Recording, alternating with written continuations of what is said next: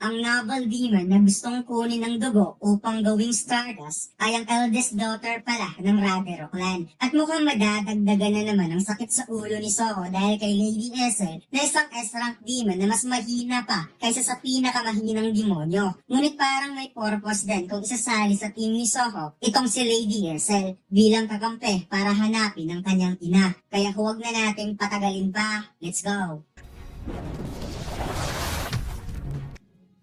Nagsimula ang chapter na ito kung saan nasaksihan ng kauna-unahang demon na lumabas sa gate ang napakatinding sagupaan na parang nagmimistulang bagyo ang umaapaw na mana habang ito ay kanyang pinapanood. Nagtataka ang babaeng demonyo kung sino ang nag-summon sa kanya at napatanong kung ito ba ay gawa ng isang demon na naghahabol sa kanyang buhay. Ngunit siya ay napadilat nang nakita niya ang isang shadow soldier na nakikipaglaban sa mga demon kaya sobra talaga siya nagtataka kung bakit mayroong shadow soldier sa lugar na to. Pagkatapos na i-focus ang eksena sa nagaganap na laban at makikitang nagpalitan ng atake itong si Soho at ang youngest demon gamit ang kani-kanilang weapon na sa bawat atake ng demonyo gamit ang kanyang espada ay accurate itong nadidepensahan ng ating bida sa pamamagitan ng suntok gamit ang Vulcan Horn Gunlet. Subalit ang hindi alam ng youngest demon ay naghihintay lang pala ng tamang pagkakataon si Soho upang makapag-unleash ng matinding knee kick direkta sa sikmura kung saan napanganga ang youngest demon sa sobrang sakit. Subalit may biglang napansin ng ating bida,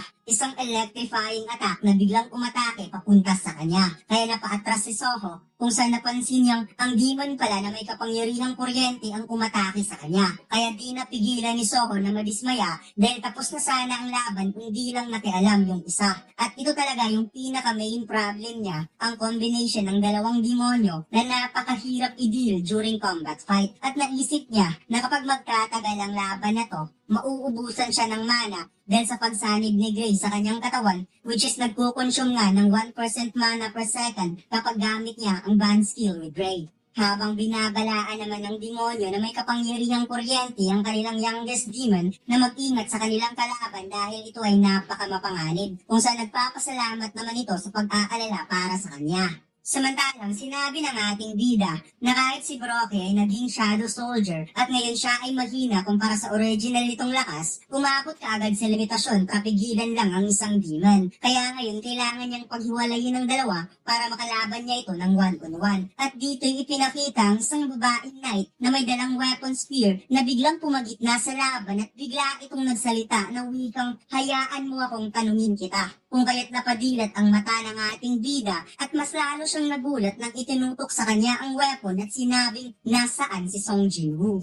Napatulala na lamang ang ating bida dahil hindi niya alam kung saan galing ang babaeng bigla na lamang lumitaw sa harapan niya at hinahanap pa nito ang kanyang ama. At makikita natin ang reaksyon ni Vero dito mga lods na tinitigan niya talaga ng maigi na parang kilala niya ang babaeng ito. Napatanong ang maliit na insekto at sinabing, anong ginagawa mo dito? Kung saan napansin din ng babae na parang kilala niya ang boses na to. Kung kaya't hindi siya nagatubiling hawakan ng maliit na ulo ni Vero na parang siya ay nagalak na muli niyang makita ang insekto at sinabi na, ikaw ba si Vero? Ah, ikaw nga talaga si Vero. Nasaan yung katawan mo? At masaya daw siya na muli niya itong nakita. Napatanong ang babae kung nasaan si Mr. Song Jinwoo at na-curious daw siya kung sino ang lalaking kasama nito. Sagot naman ni Vero na wikang, it's a long story. Samantalang nagtataka ang dalawang demon kung ano ang ginagawa ng offering summon demon na ayon pa nung isa na parang kilala ng summoning demon ng kanilang kalaban at mukhang magkakaroon talaga sila ng problema kung pipiliin itong hindi sumama sa kanila.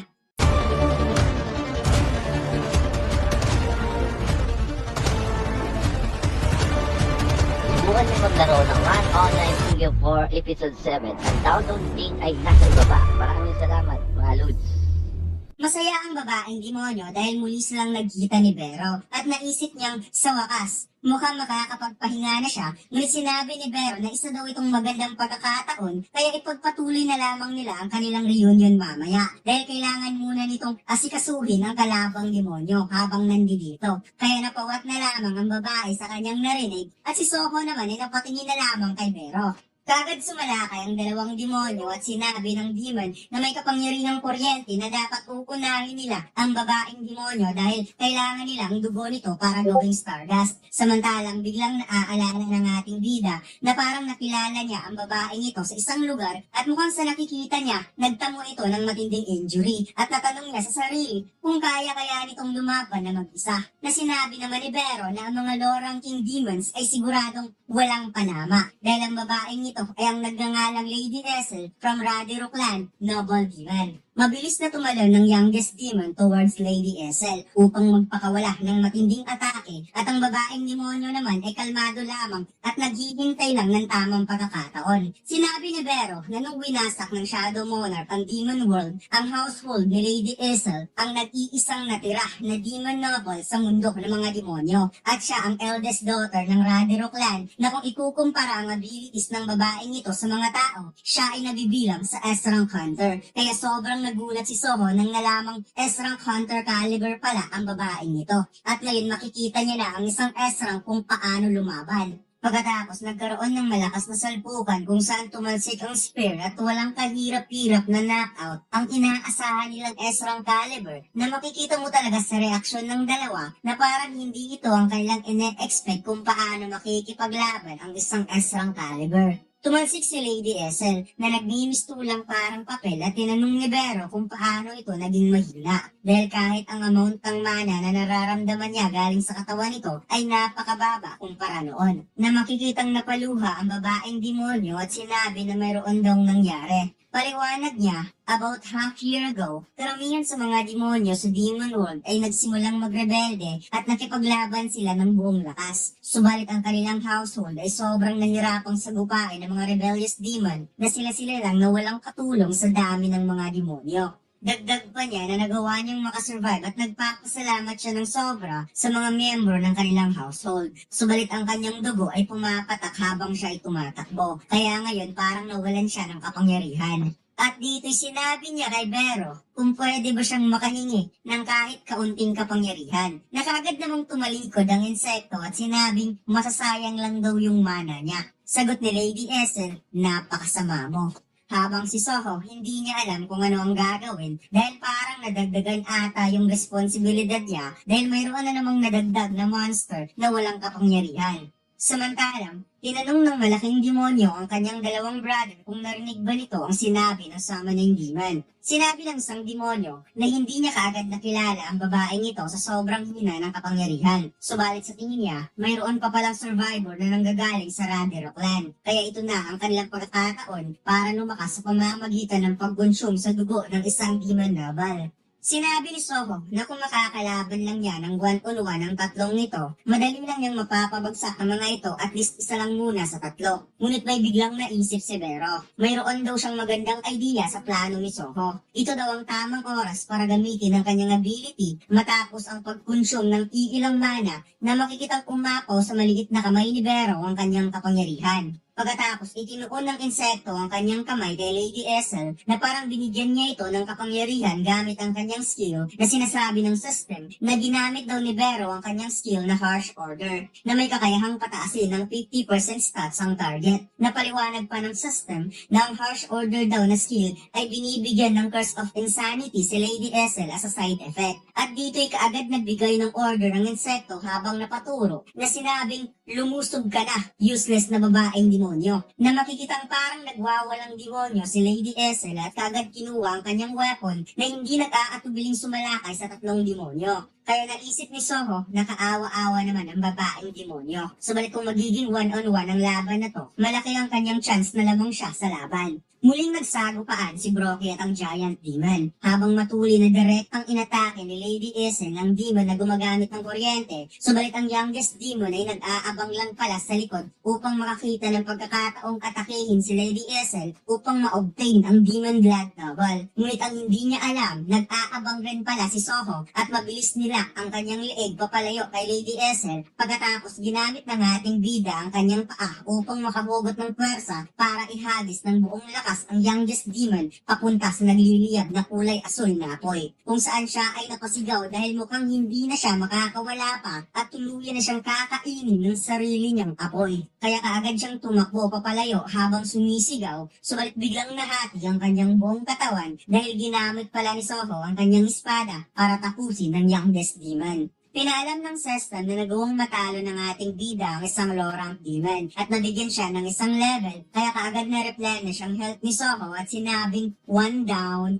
habang umaapaw ang demon soul sa kanyang gauntlet kung saan ito yung second special effect ng Vulcan Horn na kayang i-devour o lamunin ng souls ng isang demon matapos niya itong patayin. And in return, tataas ang Destructive Urge which is ang first special effect na sa bawat soul ng demon ay mabibigyan siya ng 1% na makikitang from 30% ay nagiging 31% ang kanyang physical damage. Patuloy na nagwawala na parang baliw si Lady Ethel habang umaatake. At ang demonyo, ginamit ang kanyang magic spell shield upang hindi siya matamaan. Ngunit ang pinag-aalala niya talaga ay ang youngest demon na ngayon ay patay na. Dahil siya ay nasa masamang sitwasyon talaga. Kaya dapat kailangang mayroon siyang gawin para makawala sa baliw na babaeng to. At maya-maya, biglang nag-end up ang Harsh Order skill dahil tuluyang nag-drain ang energy ni Lady Ethel kaya bigla na lamang itong bumagsak kung saan parang nagtataka ang demonyo kung ano nga ba talaga ang nangyayari sa babaeng to. Subalit siya ay napawat nang biglang dinrab ni Soho ang kanyang leeg at hindi man lang niya napansin sa sobrang bilis nito at dito'y sinabi ng ating bida na wikang 2 down na makikitang napasukan ng dugo ang demon at na-twist lang naman ni Soho ang ulo nito at muli na namang nakapag-devour ng souls ang Vulcan Horn.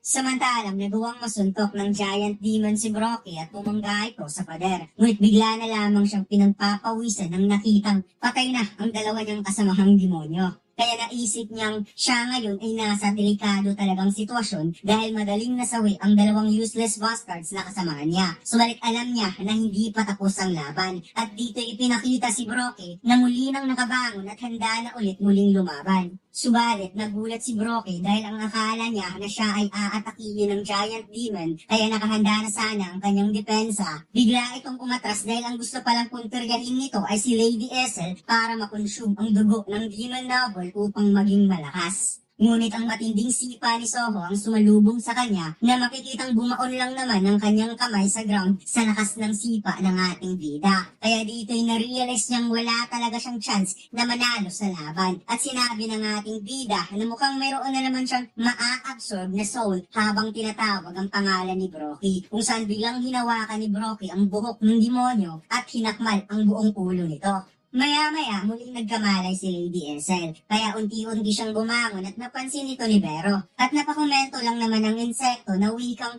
buhay ka pa pala. Nasagot naman ni Lady Ethel, napakasama mo talaga. So balik tugon ng babae, ang pinaka-importante daw sa lahat, hindi siya makapaniwala na mayroong isang tao na kayang gumamit ng Shadow Soldier, katulad ni Song Jinwoo. At tinanong niya kay Vero kung sino ang taong ito. Sinabi ni Vero na mukhang hindi sapat ang pagka-loyalty ni Lady Ethel sa Shadow Monarch. Kaya hindi talaga nito makikilala kaagad kung sino ang taong nito. At sinabi ng insekto na subukan daw nitong tandaan dahil alam niyang kilala nito kung sino malamang ang magiging candidate. Kaya napadilat ang mata ng babaeng demonyo nang na-realize na ang kaharap pala niya ngayon ay ang young monarch. Muling nabigyan ng level up ang ating bida kaya siya ay nasa level 20 na. At ngayon inaalaw na siya ng system na gamitin ng store to purchase item. At dito lang nagtatapos ang ating kwento mga lods. Huwag mo sana kalimutang mag-like, comment at mag-subscribe sa ating YouTube channel. At mag-follow sa ating Facebook page. Salamat!